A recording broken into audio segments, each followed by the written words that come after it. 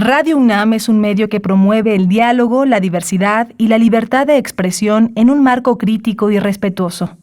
Los comentarios expresados a lo largo de su programación reflejan la opinión de quien los emite, mas no de la radiodifusora. La Facultad de Derecho de la UNAM y Radio UNAM presentan... Toda sociedad requiere para su funcionamiento regirse por valores, principios, normas e instituciones. A diario escuchamos, leemos y opinamos sobre temas relacionados con la legalidad. Pero, ¿verdaderamente conocemos nuestros derechos y obligaciones? Tu participación es indispensable. Acompáñanos. Derecho a debate. En la cultura de la legalidad participamos todos. Conduce Diego Guerrero. Hola, ¿qué tal? Muy buenas tardes a todas y a todos. Bienvenidas, bienvenidos a Derecho a Debate. En la cultura de la legalidad participamos todas y todos. Mi nombre es Elías Hurtado y en representación del maestro Diego Guerrero, como cada martes les agradecemos que nos sintonicen por el 96.1 FM Radio UNAM. Por supuesto, y como cada martes me acompaña en la conducción quienes son la esencia de nuestra universidad, sus estudiantes, Harumi Castillo Acosta, estudiante de la Facultad de Derecho y segundo semestre. Bienvenida, Harumi. Gracias. Gracias por la invitación al programa y un placer estar apoyándolos aquí como conductora. Gracias a ti, querida Harumi. Harumi, por favor, te pediría que nos platiques qué sabes sobre el tema que vamos a abordar el día de hoy, protección constitucional de la familia. Pues básicamente las familias habían sido estudiadas dentro de las categorías del derecho privado. Sin embargo, al haberse ya constitucionalizado su protección, se da un cambio por completo su perspectiva y se requiere que se enfoque en el derecho público. Por eso la organización de la familia ha sufrido importantes variaciones en las últimas décadas. Es por ello que los legisladores, para poder dar un mejor cumplimiento de esto, han tenido que renovarse y cambiar el orden y proteger lo relativo a la organización y desarrollo de la familia. Deben de tomar en cuenta todas y cada una de las realidades sociales en las que se implica este tema. Conforme va cambiando los años, pues se van modificando. La protección de la familia se puede realizar a través de la práctica de implementación de una serie de políticas públicas sustantivas en las cuales se deben de exigir las regulaciones favorables al reconocimiento formal de formas familiares distintas de las tradiciones, pero también se requiere la implementación de otras medidas prácticas por parte de otros poderes públicos, que es lo que vamos a tocar.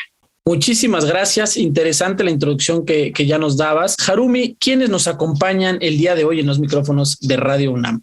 Tenemos al maestro Fernando Cain Oviedo Cruz, que es abogado independiente y profesor universitario. Adelante, abogado. Muy buenas noches, maestro Elías Hurtado, mi querido maestro Marco Antonio, también ahí a Harumi, gracias por la presentación. Un placer estar aquí con ustedes. Bienvenido, mi querido maestro Fernando, a los micrófonos de Radio UNAM. Harumi, ¿quién más nos acompaña esta tarde? También nos acompaña el licenciado Marco Antonio Ramírez, catedrático de Derecho Familiar y Civil de la Facultad de Derecho de la UNAM. Un gusto tenerlo por aquí. Adelante. Muchas gracias, Harumi, por tu presentación. Elías, maestro Fernando, con el gusto de poder compartir estos micrófonos y llegar a este programa de gran trascendencia a nivel nacional, de nuestra Universidad Nacional también.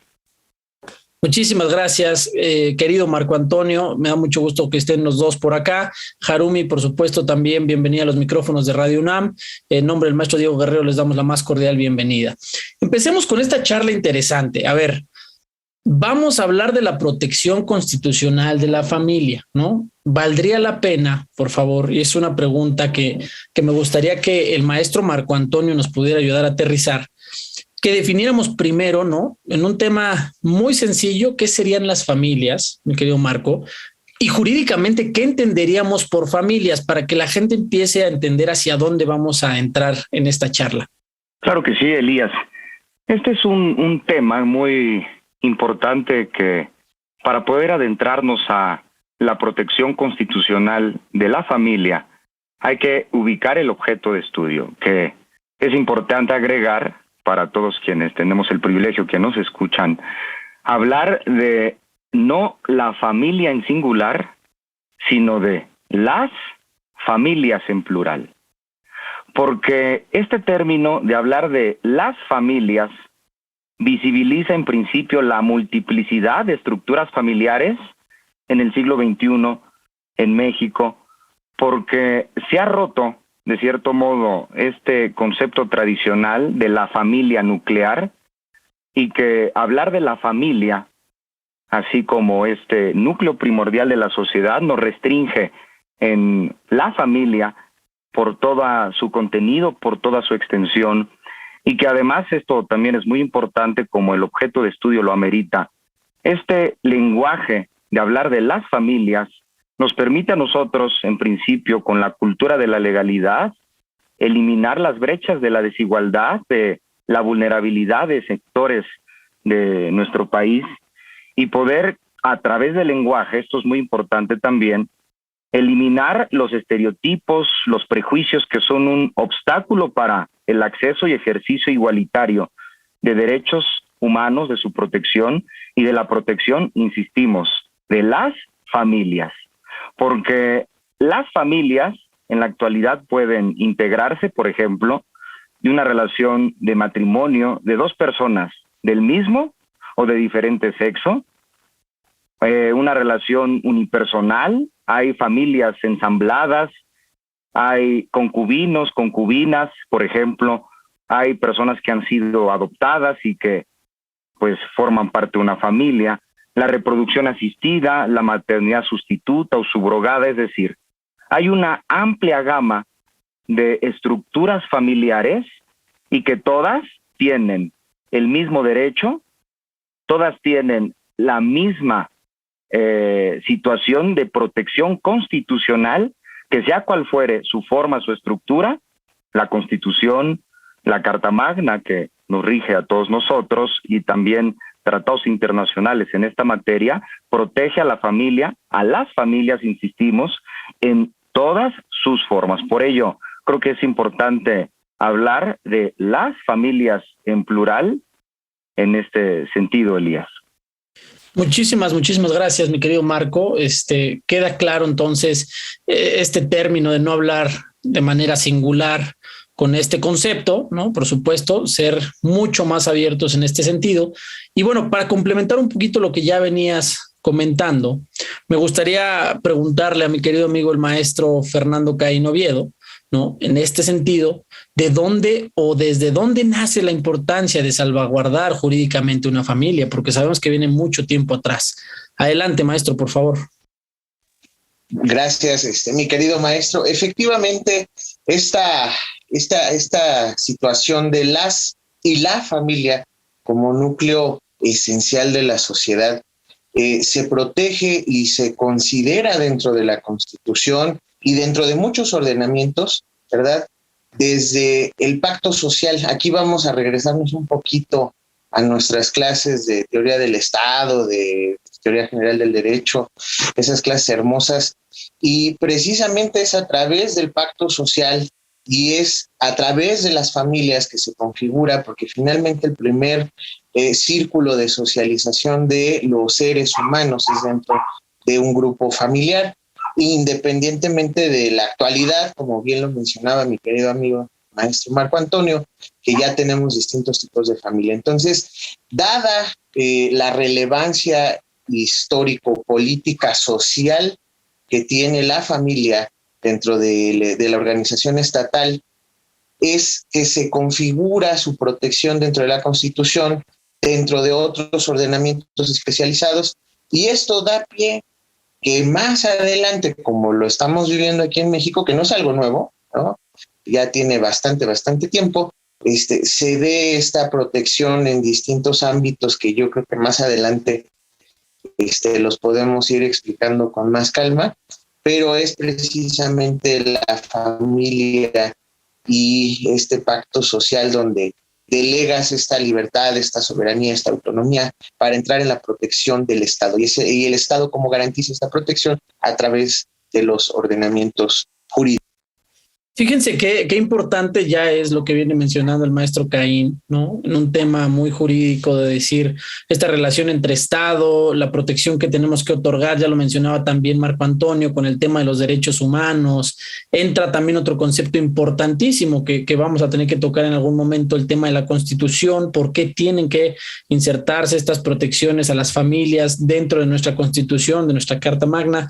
En fin, la verdad es que se vuelve interesante. Empezamos a entrar entonces en calor con estas preguntas, ¿no?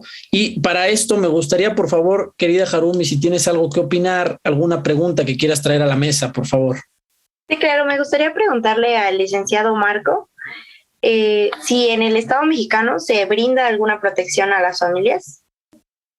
Es una pregunta muy interesante que a colación de lo que estamos explicando va en función de el Estado mexicano tiene el deber de proteger, promover, respetar, garantizar la protección de las familias a través de mecanismos tanto jurídicos cuanto políticos, políticas públicas, ordenamientos jurídicos especializados, porque el Estado mexicano, como bien decía Elías, que al final de cuentas para todos nosotros es común alegar siempre la Constitución como nuestra carta fundante de todas sus normas, donde en este ordenamiento jurídico máximo se consagra los derechos humanos fundamentales de todas y todos los mexicanos.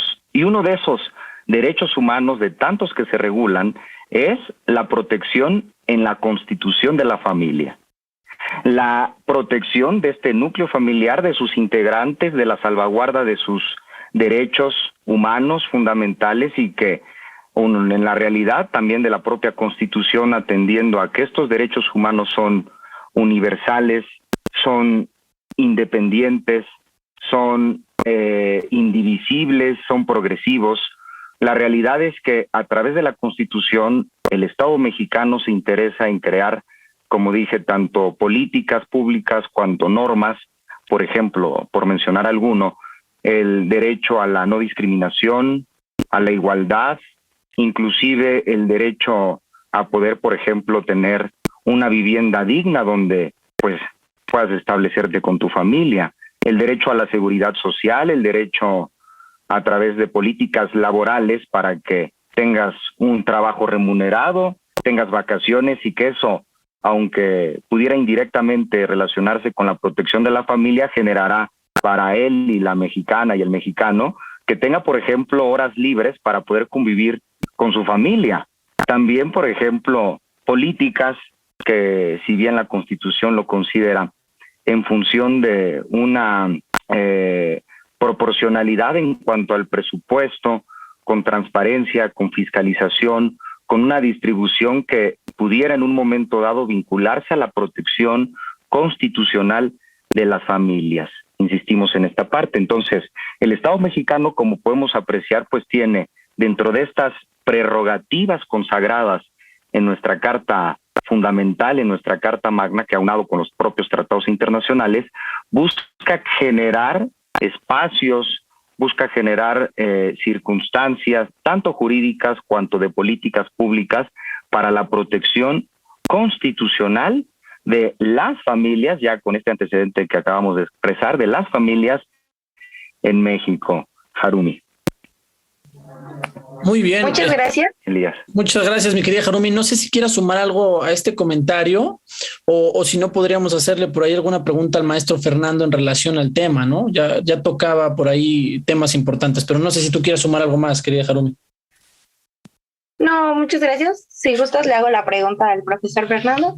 Adelante, por favor, adelante. Me gustaría que el profesor Fernando nos explicara más al público en general en qué precepto normativo de la Constitución se encuentra regulado el tema de la familia. Hermosa pregunta. Para los familiaristas de corazón, ¿verdad, mi querido maestro Marco? Nuestro caballito de batalla es el artículo 4º constitucional. Empezando por la primera frase que creo yo que es la bandera que deberíamos de enarbolar todos y que más que un derecho es una obligación.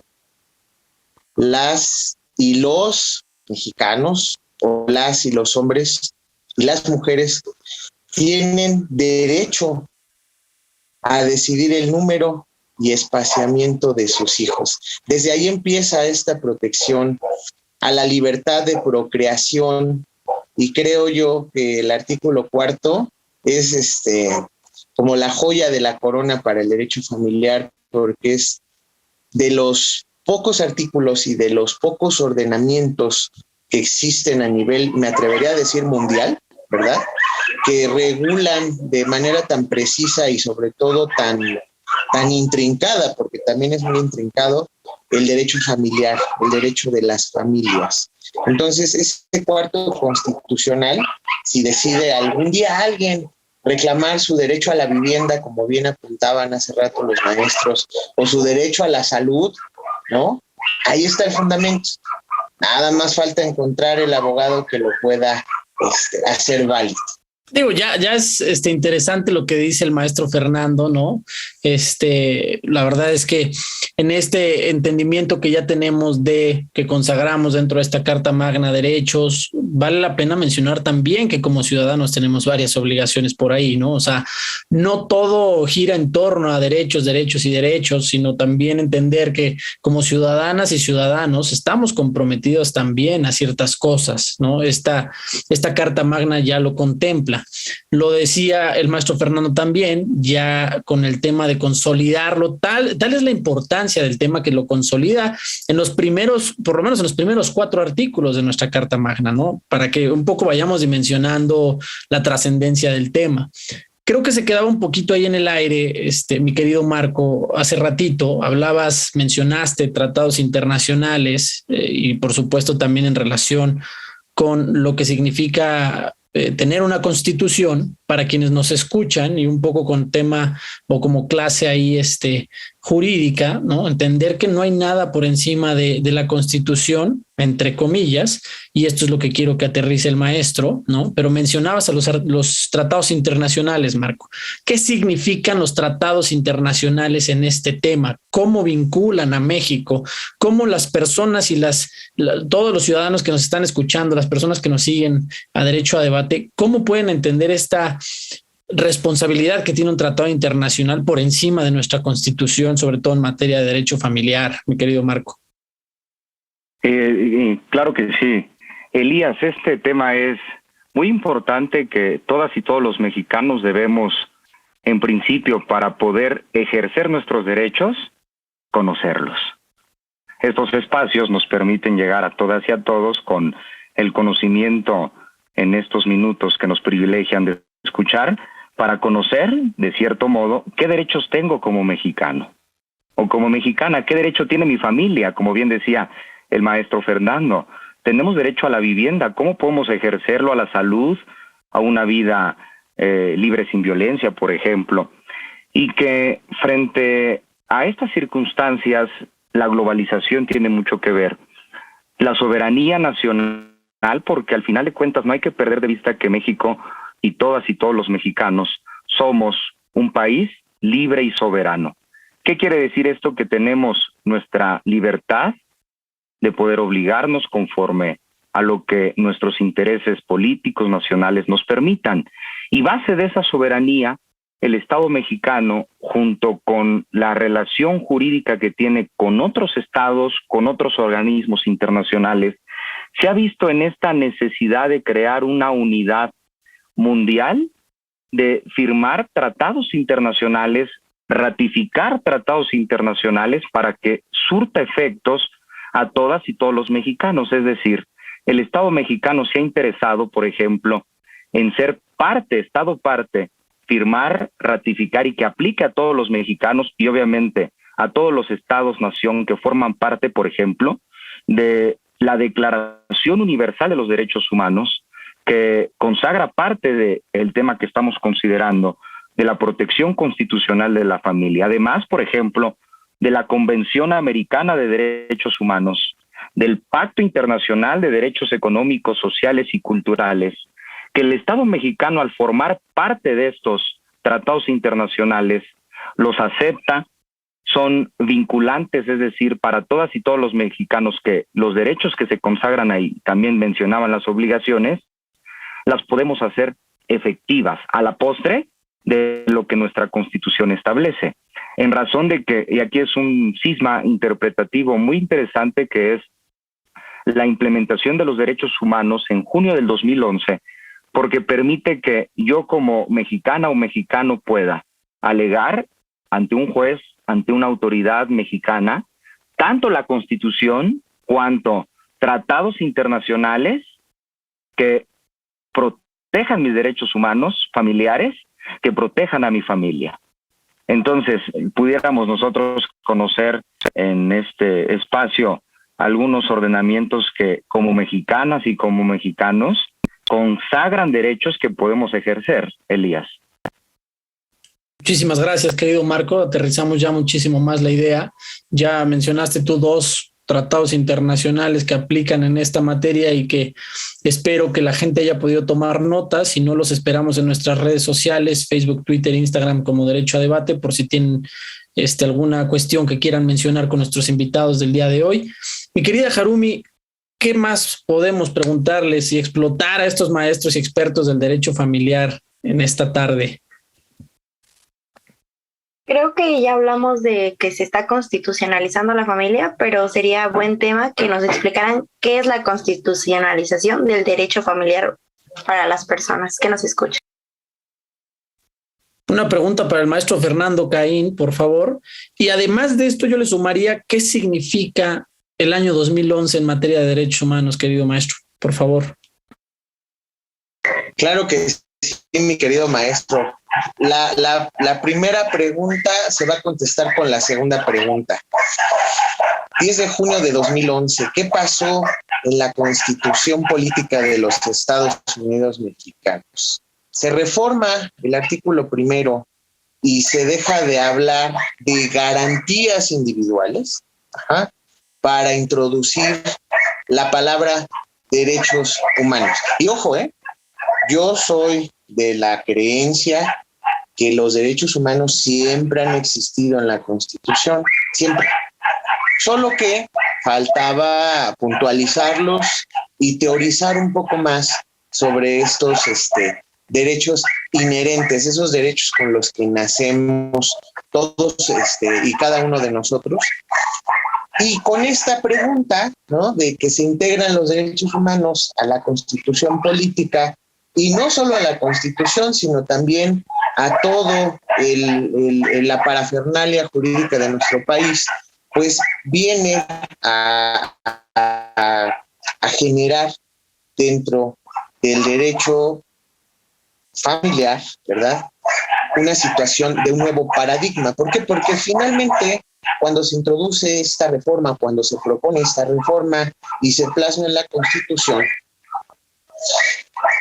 las cuestiones que estaban plasmadas en el artículo 4 constitucional dejan de ser garantías para pasar a ser derechos inherentes o derechos superiores que protegen, como muy bien lo anotó el maestro Marco al inicio de la charla, a cada uno de los miembros que integran esa familia, que puede ser una familia nuclear, hablemos de familias, ¿no? Mamá, papá, hijos, hasta la familia extensa, tíos, abuelos, primos hermanos, y así hasta el 4º grado, ¿no? Y bueno, finalmente, ¿qué es la constitucionalización del derecho familiar o de las familias? Porque pues ese es el tema central, ¿verdad? Y qué aprietos me puso, maestro, pero a ver si le pego al gordo y me saco la lotería, ¿no? La constitucionalización del derecho de familia o la constitucionalización de la familia es un término relativamente moderno, ¿verdad?, que se acuña por la Suprema Corte de Justicia de la Nación. ¿Y qué es lo que significa? En palabras lisas y llanas, es elevar todas esas necesidades que tiene una familia a un ordenamiento que es irreprochable. ¿Y por qué digo a un ordenamiento que es irreprochable?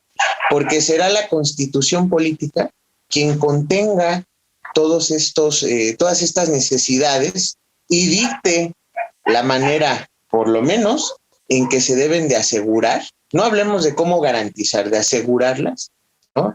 Y posteriormente dentro de las obligaciones marcadas en el artículo 1 constitucional, ¿verdad? Pues es que se respeten y se mantengan estas necesidades que están elevadas a un ordenamiento superior y que además es fundante, ¿no? Que cuando hablamos de fundante es que todas las leyes, todos los ordenamientos, todo nace de ahí, de la Constitución.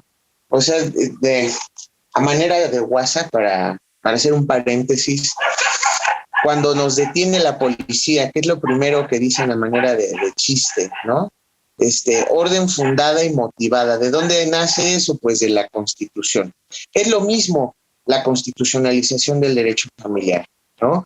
Ahí están consagradas la protección al menor, la protección a la salud, la protección al medio ambiente, la seguridad física, la seguridad emocional, la cuestión de la vivienda, inclusive los temas económicos también por ahí están integrados, ¿no? El tema de la equidad, la paridad y la igualdad de género también nacen ahí y tienen su génesis en este artículo 4. Entonces, la constitucionalización es eso, la consagración de las necesidades de los grupos familiares en un ordenamiento superior que rige toda la vida de un país, maestro.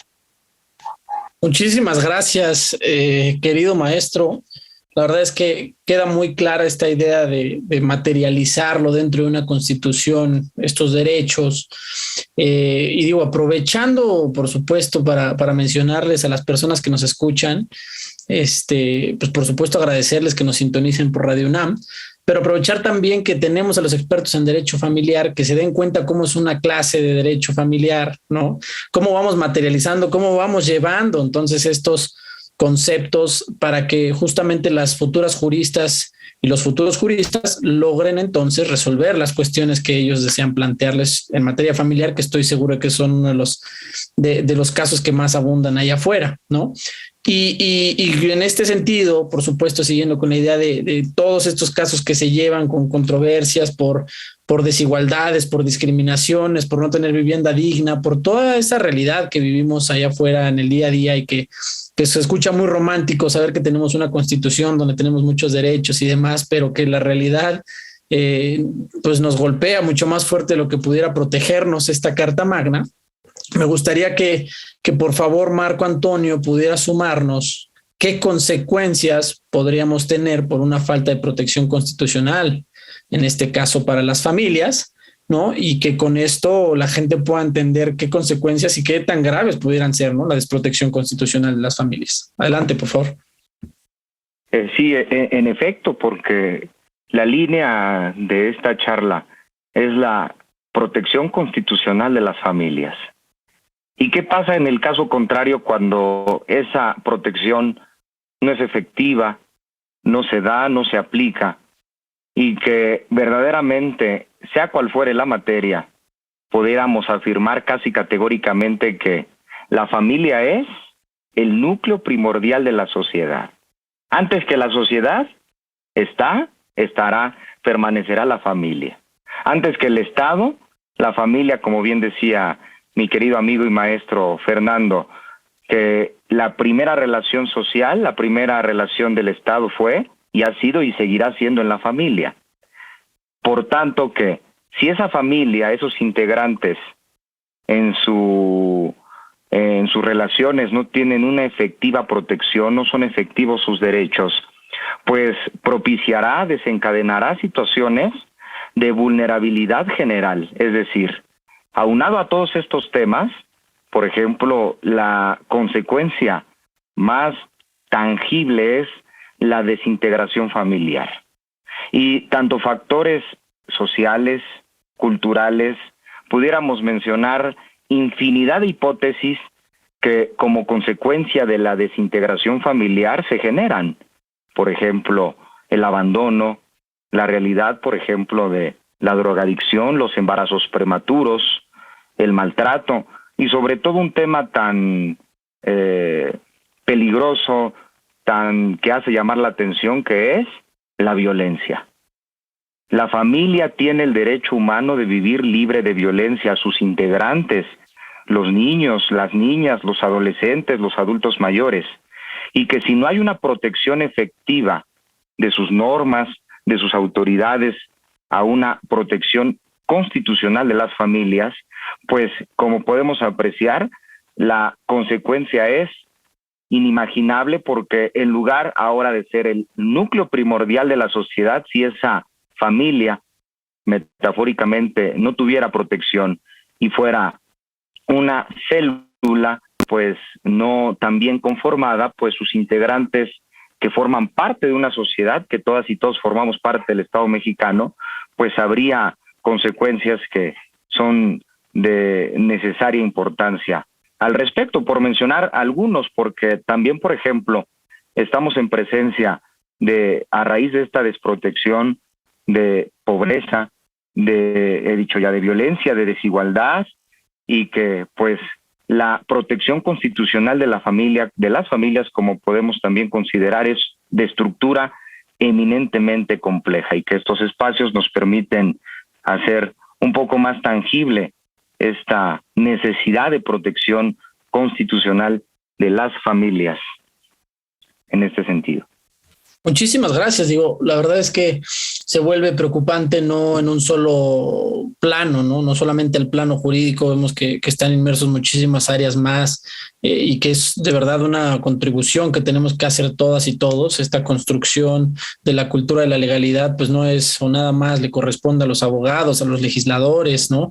A las legisladoras, sino si es un tema, ya vemos la importancia de la familia de construir de manera conjunta, ¿no? Entonces, digo, sin duda se vuelve también preocupante ver estas desprotecciones, a qué nivel podrían llegar. Y bueno, pues qué más que prender la televisión y ver todas las noticias que preocupan y que se empiezan a desenvolver, pues por un tema tan sencillo como crecer en un núcleo familiar pues con condiciones desfavorables.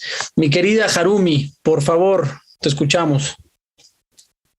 Claro, creo que ha sido muy importante y relevante todo lo que han dicho. Me gustaría concretar, si bien ya se nombró que el artículo 1 favorece y apoya al artículo 4 en el que vemos la protección a la familia, me gustaría que las personas supieran si hay algún otro artículo en el cual se pueda apoyar esta relación de familias y cuáles son exactamente.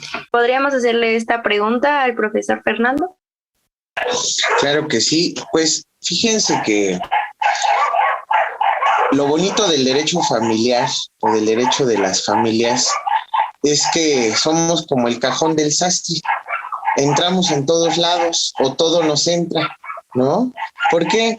Porque tenemos un 123 constitucional que habla de que, por citar algo, el sueldo de una cabeza de familia, por no decir si es mamá o papá, una cabeza de familia debe de ser remunerador para satisfacer las necesidades de su familia. Desde ahí ya tenemos una estocada, pero así fatal. Pero ahí está el 123 constitucional. Vámonos al 27 constitucional, que dirán muchos, ¿y eso qué tiene que ver con la Navidad? Bueno, con el derecho familiar. Pues mucho, porque habla de qué? De la protección a la tierra, a la propiedad privada, a la propiedad colectiva.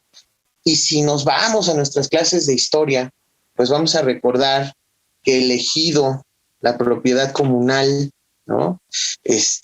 Se crearon o se formaron después de la Revolución Mexicana con la idea de proteger a las familias de los campesinos mexicanos que habían estado oprimidos y desprotegidos durante muchos años, ¿verdad?, por el propio Estado. Entonces ahí tenemos otro artículo 27. Y qué decir de las aguas, de los territorios, de las islas, de todo lo que conforma el territorio nacional. Y si nos vamos todavía más a fondo, ¿no? Tenemos por ahí un 14 y un 16 constitucional que dirán, ¿y eso también qué tiene que ver con la protección a la familia? Pues por ahí los dos dicen que todos los actos de autoridad tienen que estar fundados y motivados en una ley anterior al acto. Y también por ahí dice el otro artículo, que nadie podrá ser molestado en su familia, posesiones, persona ni propiedades. Entonces, es una probadita, ¿verdad? A mí me emociona mucho el derecho familiar, creo que ya se dieron cuenta. Soy apasionado del derecho familiar. Es una probadita de lo que la Constitución tiene para la protección a la familia en muchos artículos, no nada más en el cuarto, en el primero, 123, 27 constitucional, 14, 16, y así nos podríamos seguir toda la charla, y yo creo que no acabamos. Yo cada vez que leo la Constitución encuentro algo nuevo para la familia. Digo, no, nos deja con tarea por acá el maestro Fernando Caín. La verdad es que vale muchísimo la pena lo que ya decía él. Estas pinceladas que estamos teniendo de las cosas que están inmersas dentro de nuestra Constitución, la importancia que ustedes que nos están escuchando hoy en los micrófonos de Radio UNAM abran esta Constitución, porque está para consultarlos para todas y todos. Ábranla, léanla, porque evidentemente la información es libertad, ¿no? Y en este sentido, al ser nosotros también una comunidad, una civilización, un pueblo mucho más informado, vamos a ver, pues definitivamente que los menoscabos, las transgresiones que se pueden generar en materia de derechos humanos van a ser menores, ¿no? La realidad es que el día que ustedes tengan sueño o no tengan nada que hacer, pues vale la pena que abran esta Constitución y empiecen a leerla, ¿no? A lo mejor se tardarán un rato en acabarla, y ahí es la importancia de las abogadas y de los abogados del futuro, de entenderlas y de facilitarles a ustedes estas cuestiones, pero vale la pena que ustedes también tengan que abrir este texto importantísimo. Vamos a sumarle un poquito más, mi querido Marco. Esta es una pregunta para ti, para decirte, ok, ya nos dijeron cómo los protegemos, qué consecuencias tiene una desprotección en esta materia, pero que les menciones a las personas que nos están escuchando qué organismos, qué instituciones existen en esta materia, por supuesto. Y más adelante, lo quiero dejar, y bueno, no todavía, empecemos mejor con esta idea, mi querido Marco, porque la siguiente pregunta va a estar buena para el maestro Fernando Caín. No, sí, Elías, esto es lo que mencionas previamente a la pregunta, es fundamental para a todas y a todos llegar en este espacio, porque quien no conoce sus derechos no sabe cómo ejercerlos, no dimensiona la posibilidad de cuando se enfrentan a una transgresión, cuando, por ejemplo, hay alguna vulneración a mis derechos humanos, ni siquiera sé qué derecho tengo para poder ejercerlo, y mucho menos hablando de esta protección constitucional de la familia. Ahora, en función hemos hablado de la Constitución, la constitucionalidad, de la protección en la Constitución de la familia, y que en la realidad de estas normas, el Estado mexicano tiene la obligación en todas sus autoridades judiciales, legislativas, administrativas, el Ejecutivo, las secretarías y demás dependencias gubernamentales, paraestatales, centralizadas, descentralizadas, es decir, el Estado mexicano en toda su estructura es un deber, promover, garantizar, respetar, proteger todos los derechos humanos consagrados en la Carta Magna. En consecuencia, la protección constitucional. Ahora que de organismos, hemos dicho algunos internacionales, nacionales, en todas sus vertientes, por ejemplo, uno de los organismos fundantes, o bueno, una cuestión desde el punto de vista de la división de poderes, desde el punto de vista de el ámbito judicial, quien se ha encargado de esta protección de los derechos humanos de todos y todas las mexicanas y mexicanos ha sido, por ejemplo, la Suprema Corte de Justicia de la Nación. Hay dependencias en cuanto a los organismos jurisdiccionales para que pudiera en un momento dado conocer, ejercer mis derechos, el propio Tribunal Superior de Justicia de la Ciudad de México, lo importantísimo y el ejercicio que tiene, por ejemplo, el desarrollo para el Sistema Integral de la Familia, del Desarrollo Integral de la Familia, que es en sus siglas el DIF, y que hay muchísimas circunstancias, muchísimas autoridades que tienen constitucionalmente el deber de proteger los derechos de los integrantes, de las integrantes de la familia, Elías. Y que por supuesto, mi querido Marco, sumando a lo que ya venías mencionando, y una vez más insistiendo en que abran esta Constitución, les va a ayudar a materializar entonces estas protecciones. Una vez más, nos escuchamos muy románticos diciendo sí, te protegen, las autoridades están para ayudarte. Creo que la gente allá afuera tiene otros datos definitivamente y va a ser importante que ellos empiecen a leer y a conocer estos conceptos para poder materializar. Pues nos prendió un poco la mesa el maestro Fernando, ¿no? Con el 123, el 27 constitucional y lo que ya mencionaban.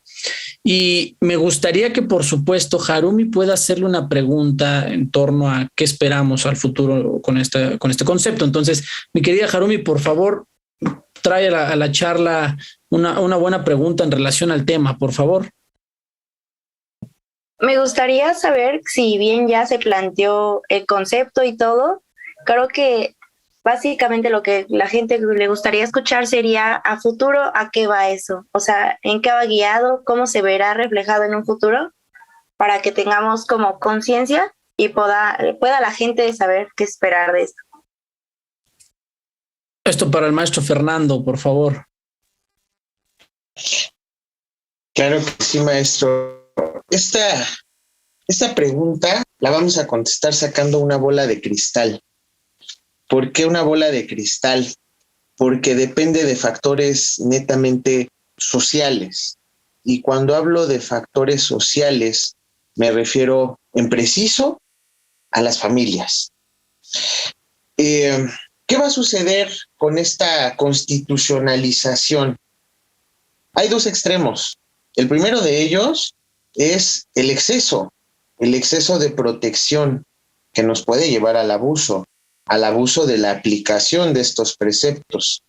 Y creo que por ahí ya lo estamos viendo en algunas malas prácticas de algunas instituciones gubernamentales, de algunas instituciones privadas y de algunos grupos, que no vamos a decir aquí nombres, pero si los conocen, denuncien, ¿no? Y también el otro lado de la moneda, la otra cara de la moneda, es la armonización y la protección real y verdadera de los miembros de la familia. El análisis que hacía hace un rato mi querido amigo y también usted, mi querido amigo y maestro Elías, respecto de los grandes conflictos familiares que existen en la actualidad, se deben en efecto a la desintegración familiar. Y esta desintegración familiar se puede evitar, creo yo, ¿verdad?, con esta constitucionalización, porque como lo dije al principio, son necesidades. La constitucionalización es la protección de las necesidades y la consagración de estas necesidades. Pero ¿cómo vamos a hacer que no suceda o que sea lo menos posible? Pues obviamente dotando a cada miembro de un conocimiento de sus derechos, de un conocimiento y un acercamiento de sus obligaciones, ¿verdad?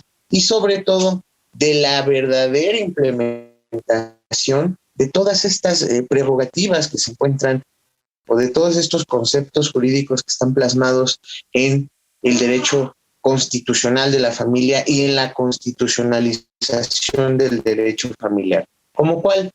Un ejemplo chiquitito, lo que les decía yo hace rato. Yo creo que ese derecho a elegir libremente el número y espaciamiento de los hijos, más que un derecho, debería de ser una obligación. ¿Por qué? Porque basta ver en la actualidad, ¿no? Hubo más natalidad que decesos en la pandemia de COVID-19. O sea, desde ahí, ¿qué está sucediendo? ¿No? Y aquí el problema no es que haya natalidad, aunque ya algún presidente dijo que la familia chica vive mejor. No, aquí el problema no es que haya niños, el problema es que qué calidad de vida les estamos dando a los niños y sobre todo que hay niños teniendo niños y cuidando niños. Entonces, esta parte, ¿no?, de la constitucionalización, como bien lo afirmó usted, maestro, tiene que haber un poquito más de obligaciones que de derechos cuando tratemos el tema de la constitucionalización, para poder implementar de manera positiva y no caer en los excesos, vamos a llamarla así, esta institucionalización o esta figura jurídica que nos da la Suprema Corte. Híjole, súper interesante lo que menciona y lo que trae a la mesa mi querido Fernando, ¿no? Ya abundamos un poco más en el tema de la desigualdad, de la desintegración familiar, de cómo las niñas, niños son cuidados por propios niñas, niños, ¿no? La verdad es que digo, es un tema preocupante, también un tema muy cultural, de arraigo cultural, pues preocupante. En continuación estas preocupaciones, mi querido Marco, me gustaría que nos pudieras ir cerrando un poquito para ir a una pausa. ¿Qué asignaturas, no, tiene pendiente, por supuesto, atender el derecho para transitar exitosamente esta evolución del derecho, la Constitución y la familia? Sí, en efecto, creo que toda nuestra charla, y con el privilegio de quienes nos escuchan, puede visualizar, y aquí nos agregamos a la bola de cristal del maestro Fernando, porque este tema eminentemente, pues desde el punto de vista jurídico, trasciende el esquema del ordenamiento para poder explayar en un tema tan complejo, como bien también lo mencionabas, Elías, social, cultural, de todas y todos los mexicanos, pues estamos hablando de la familia. Entonces, frente a la necesidad evolutiva, como dijimos al principio de esta charla, porque la evolución de las tendencias, de la justicia, de los derechos, es en principio ya no hablar de la familia, sino de las familias. Aunado a ello agregamos la evolución global, nacional, y un tema que nomás lo dejo en el tintero, por ejemplo, las tecnologías, por decir, desde el punto de vista del avance de la ciencia médica, cuando una persona, como bien decía el maestro Fernando, pues como mexicanos tenemos el derecho a el libre esparcimiento de los hijos. Y yo puedo, a través del avance de la ciencia médica, inseminarme artificialmente, dar después de 9 meses un bebé, y que eso también es familia. Y eso hay que regularse. Hay que considerar, hay un tema también, por ejemplo, frente al avance de la sociedad misma, de la tecnología, desde el punto de vista de la renta de vientres, la maternidad subrogada, que un tema complejísimo, pero que ineludiblemente, fuera complejo o no, tiene que regularse. Entonces, es una realidad que como sociedad estamos avanzando, que nuestra familia, la estructura de las familias va progresivamente evolucionando, y que el derecho o sus ordenamientos o la Constitución, hemos hablado de políticas públicas, de autoridades, deben ir siempre en vela, en protección de las familias conforme a sus verdaderas necesidades, que son evolutivas. Por decir nomás una cuestión en particular, la familia de actualmente el 2022 en México no es la misma familia que en los 50, que en los 30, que en los 80, y esta familia o las familias que hoy nos sintonizan no serán las mismas que en 10, ni en 20, ni en 30, ni en 100 años. Y que a la postre de toda esta evolución, pues se requiere de regulación efectiva, de políticas públicas que hemos insistido, de entender el espectro jurídico, social, cultural, económico, político, que son todas las familias mexicanas, maestro. Entonces, pues es un gran reto. Yo creo que esa sería prácticamente la expresión, un reto para que la familia tenga una efectiva protección constitucional. Híjole, nos deja, por supuesto, con muchas cuestiones más por plantear y que no nos va a alcanzar el tiempo para en la charla del día de hoy aterrizarlo, ¿no? Pero bueno, vamos rápido a un corte comercial, vamos a escuchar Descubriendo tus derechos y regresamos a los micrófonos de Radio UNAM. No se vayan. Descubriendo tus derechos. Derecho a la educación. Los mexicanos tenemos derecho a una educación bilingüe e intercultural que garantice la alfabetización y la capacitación. Es obligación del Estado facilitar los medios para que todas y todos los mexicanos la recibamos. Escuchas Derecho a Debate. La última y nos vamos. Bien, esto fue Descubriendo tus derechos. Estamos en los micrófonos de Radio UNAM, estamos en Facebook, Instagram, YouTube y Twitter como Derecho a Debate. Entramos a la última sección de la charla, la última y nos vamos, la famosa última y nos vamos, mi querido maestro Fernando Caín. ¿Con qué podríamos cerrar la charla del día de hoy, por favor? Claro que sí, maestro. Pues prácticamente el tema que abordamos aquí gira en torno a una situación. Debemos de pensar en plural, debemos de cambiar como abogados, y después podremos tal vez enseñar a la sociedad a entender los nuevos modelos o las nuevas formas de integrar familia.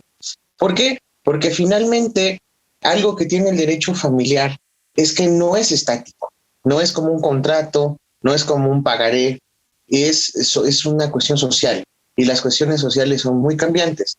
Entonces aquí, primero debemos de entender esta parte, los nuevos modelos de familia, la nueva forma de integrar familia, y entonces después podremos hablar de constitucionalización, de derechos humanos, de todas estas situaciones que tocamos para efectivizarnos de manera clara y precisa en los tribunales constitucionales, en las políticas públicas y sobre todo en la implementación y aseguramiento de estos derechos consagrados en la Constitución. Entonces creo yo que ese es el tema central para un servidor. Muchas gracias y fue de verdad un placer estar aquí, compartir micrófonos con ustedes, mis queridos maestros, y con mi querida Harumi. Gracias. Híjole, pues muchísimas gracias, Fernando, por tu tiempo por acá con Derecho a Debate. Marco, la última y nos vamos. ¿Algo con lo que quieras cerrar? Se ha preguntado la siguiente interrogante, que si en nuestros días la familia está en crisis. Verdaderamente no estamos en crisis, sino, como podemos apreciar, en una constante evolución. En este núcleo primordial de la sociedad, en esta cuna de futuras generaciones, de futuros ciudadanos y ciudadanas, de mexicanas y mexicanos, es necesario poder visibilizar, como bien apuntaba el maestro Fernando, la integración tan amplia, la implementación de las nuevas estructuras familiares, hablar, como dijimos al principio, de las familias y teniendo la comprensión de todo el espectro tan amplio que son las familias, pudiéramos ya en un momento dado poder generar normas, políticas, poder generar su ineludible protección constitucional. Y la realidad es que las familias son para siempre. Hay que protegerlas. Muchas gracias, querido maestro Elías, maestro Fernando, Harumi, de igual modo también. Muchas gracias por el espacio. Gracias a ti, mi querido amigo y maestro Marco Antonio. Harumi Castillo Acosta, algo con lo que quieras cerrar esta charla del día de hoy. Gracias por estar aquí en los micrófonos de Radio UNAM. Adelante, por favor. Claro que sí, me gustaría recordarles y volverles a invitar a todos los que nos escuchan a que puedan abrir su Constitución, darse el tiempo de conocer todos sus derechos, porque si bien todos sabemos que tenemos derechos y obligaciones, pero al momento de ejercerlos es muy complicado si no sabemos dónde están, cuáles son sus especificaciones, y como abogados es nuestro deber enseñarles a los que no saben y proteger a los que no saben, pero me gustaría también que por sí solos puedan saber cuando alguien les está vulnerando un derecho y poder acudir a pedir apoyo o algo así, o hacer que se les cumpla como debería. Pero si no saben cuáles son sus derechos, es muy difícil a veces poder identificar este tipo de faltas o vulneraciones a sus derechos, que son básicos, como es una familia como el que tocamos hoy, que es un derecho humano más allá de algo que está en la Constitución. Entonces me agradaría mucho que lo hicieran, y me quedo con los comentarios de los doctores y los licenciados que estuvieron. Les agradezco mucho. Ahí la opinión de una alumna y futura grandísima jurista de nuestra Facultad de Derecho, ¿no? Catalogada como la mejor de habla hispana. Agradecimientos, por supuesto, a la Facultad de Derecho y Radio UNAM por abrirnos este espacio, al maestro Diego Guerrero, que conduce este grandísimo programa que es fascinante. Coordinación, Renata Díaz Conti. Redacción y voz de las notas, Ana Salazar. Asistencia, Mari Carmen Granados, Elías Hurtado, Edgar Cabrera y Alexis Martínez. Control y difusión, Sebastián Cruz. Controles técnicos y producción, Paco Ángeles. Yo soy Elías Hurtado y me ha dado mucho gusto estar con ustedes en la tarde del día de hoy. No se olviden que nos escuchamos de ley todos los martes. Esto fue Derecho a Debate. Por hoy concluye la discusión, pero no se pierdan el próximo tema en Derecho a Debate. En la cultura de la legalidad participamos todos.